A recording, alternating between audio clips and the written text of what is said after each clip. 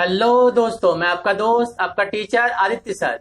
आज हम लोग डिस्कस करेंगे इनकम टैक्स का एक टॉपिक जिसका नाम है कर वंचना और कर बचाव। तो हम लोग पहले समझिए कि कर वंचना, इसको इंग्लिश में टैक्स इवेजन कहते हैं।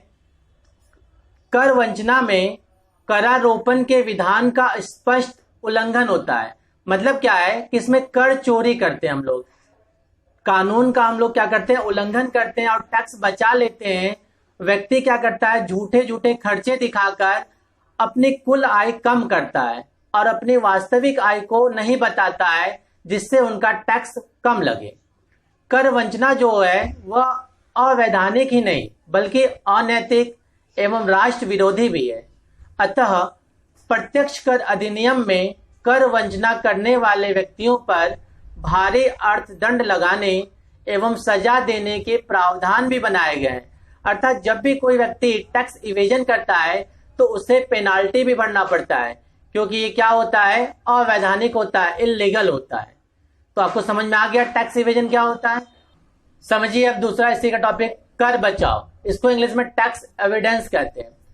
कर बचाव का अर्थ किसी भी प्रकार से करारोपण के विधान के आयोजन का उल्लंघन किए बिना विधान की कमजोरी अर्थात जो उसके लूप होल्स होते हैं उसको पकड़कर उनका लाभ उठाकर अपने टैक्स को कम करना, यह विधान की भावनाओं तथा उद्देश्यों के प्रतिकूल होता है। जैसे ही सरकार को विधान की किसी कमजोरी का पता चलता है, जब उनको ये पता चलता है कि कुछ कमजोरी है जिसके वजह से क्या कर रहे हैं, लोग टैक्स बचा ले रहे हैं, तो गवर्नमेंट क्या करती है, इसमें कुछ संशोधन कर देती है जिससे कि टैक्स का चोरी ना हो पाए। बात समझ में आ गया। कभी कभी क्या करती है सरकार, इस कमजोरी को दूर करने का संशोधन पास्ट से ही प्रभावी कर देती है और तब करदाता द्वारा इस कमजोरी का फायदा उठाकर जो भी अपना इनकम बचाया था अर्थात इस इनकम पे टैक्स बचाया था वो पूरा का पूरा टैक्स गवर्नमेंट को पेमेंट करना पड़ता है। तो इसे हम लोग क्या कहते हैं, कर बचाव। तो कर बचाव एक तरह से इल्लीगल नहीं होता है, बल्कि जो भी कानून की कमजोरियां होती है उस कमजोरियों को पता लगाना और उससे फायदा उठाने को हम लोग क्या कहते हैं, कर बचाव। तो अब आपको समझ में आ गया होगा कि कर अपवंचन क्या होता है, कर बचाव क्या होता है। अब आइए समझते हैं इन दोनों में क्या अंतर है, क्योंकि आपके पेपर में कभी कभी इन दोनों में अंतर भी पूछ लिया जाता है। तो चलिए समझते हैं इसका अंतर।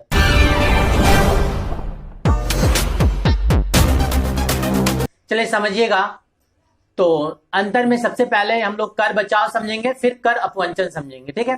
तो कर बचाव में समझिए इसका जो पहला अंतर है, कर बचाव जो है वो वैधानिक है, यद्यपि यह अनैतिक एवं नाजायज जरूर होता है। कर अपवंचन क्या है, यह अवैधानिक एवं कर अधिनियम के विपरीत है। सेकंड डिफरेंस कर बचाव में, कर बचाव एक ऐसी कला है जिसके द्वारा बिना अधिनियम का उल्लंघन के टैक्स बचा लिया जाता है, और कर अपवंचन अधिनियम का उल्लंघन करके कर बचाने की एक कला है। थर्ड अंतर कर बचाव में, कर बचाव के अंतर्गत अधिनियम की कमियों अथवा कमजोरियों का लाभ उठाकर टैक्स लायबिलिटी को कम कर दिया जाता है। कर अपवंचन में कर अधिनियमों का उल्लंघन करके अथवा अनुचित साधनों या विधियों का प्रयोग करके टैक्स बचाने का प्रयास किया जाता है। फोर्थ अंतर देखिए कर बचाव में, इसमें अधिनियम की मुख्य भावनाओं को धोखा दिया जाता है और कर अपवंचन में अधिनियम का उल्लंघन किया जाता है। नेक्स्ट अंतर, कर बचाव दंडनीय नहीं है, अर्थात इसके लिए इसको सजा नहीं मिलती है, कोई दंड नहीं मिलता है। और कर अपवंचन क्या होता है, इसमें दंडनीय है, इसमें दंड मिलता है, सजा मिलता है। सिक्स्थ अंतर, कर बचाव वास्तविक कर दायित्व उत्पन्न होने से पूर्व जानबूझकर किया गया कर नियोजन है। अर्थात लोग ऐसा कुछ प्लानिंग कर लेते हैं टैक्स देने से पहले ही कि हमारा टैक्स क्या हो, कम से कम लगे। और कर अपवंचन में जब टैक्स उत्पन्न हो जाता है हमारा, उसके बाद जानबूझकर हम लोग टैक्स का कम पेमेंट करना चाहते हैं।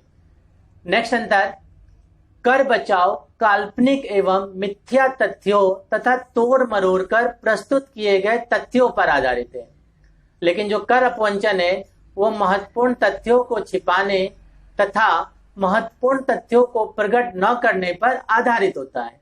तो आपको समझ में आ गया होगा कि कर बचाव और कर अपवंचन में क्या अंतर है। देखिए आज की क्लास में हम लोग क्या क्या सीखे। कर अपवंचन किसे कहते हैं, कर बचाव किसे कहते हैं, इन दोनों में क्या अंतर है।